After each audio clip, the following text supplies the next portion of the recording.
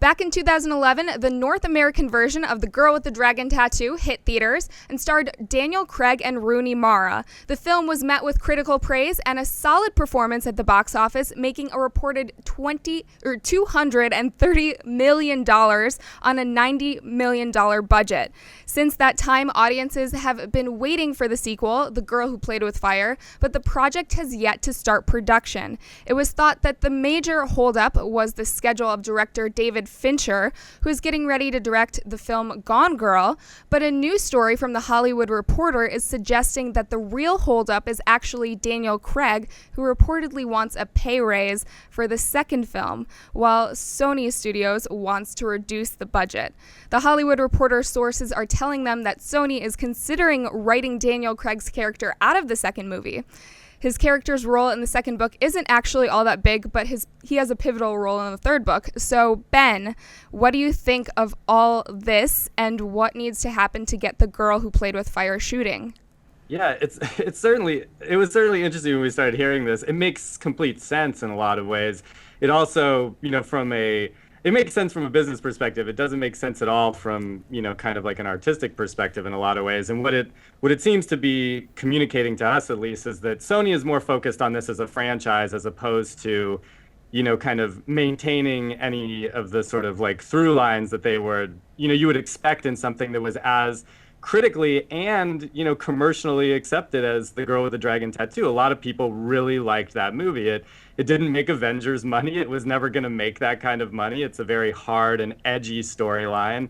So it's a little bit kind of, a little bit sort of baffling that there was this expectation that this movie was really going to be the next kind of big, thing like the Hunger Games or something like that for, this, in this case for Sony. But it is interesting that this is the direction that they're thinking of considering. I find it hard to imagine that they can get away with removing that character entirely, just because for a lot of people, especially people who aren't familiar with the books, I think a lot of them view that first movie really as about his character just as much as Rooney Mara's character. Yeah. So it's hard to be able to really sort of communicate that as though, okay, now it's really just about her because, they sell sort of the love story between the two of them and everything. So it isn't really, I think, as easy to take him out as, some people might be saying it is. It is possible, though. There's no doubt that it's possible. And especially in terms of maybe you make the second one without him in it, you can sort of cheapen it a little bit that way, get the budget down, and then bring him back for the third one, or something. But I think it's possible. I don't know if I would necessarily be as supportive of that idea, but it's certainly possible. But I think, look, some people need to realize they see the number 230 million that it made, and it only cost 90 million. So they think, oh, it made $140 million profit. No, that's not the way it works. Generally speaking, that's not taking consideration. The marketing budget was probably north of $30 million for the marketing. It doesn't count the split they have to make with the exhibitors. Roughly speaking, this is just a general rule of thumb. It's not always accurate at all, but a movie's basically got to make twice what its budget was to be profitable.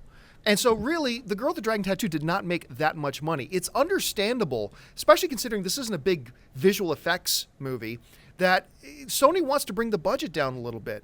And look, I get that Daniel Craig really thinks he's the hot stuff right now because Bond did so well. But I think he needs to be more reasonable and just not demand a pay raise to make sure the story can get told. And look, if he does want to demand a pay raise, don't write the character out. Fire Craig. Fire Craig. And that's tough for me to say because everybody knows how much I love Daniel Craig. I think the guy's amazing. I think the best James Bond of all time. But the reality, he is not the totality of what the story of The Girl with the Dragon Tattoo is. He's not. He's a character. He's an actor who plays a character. Bring in another actor to play the character. If Daniel Craig wants to play really solid, firm hardball, then kick him out. Just kick him out, bring somebody else in. Guess what, Daniel Craig? You replaced an actor in Bond. Actors can be replaced. So if he insists on demanding more money and Sony doesn't want to budge, knock him out.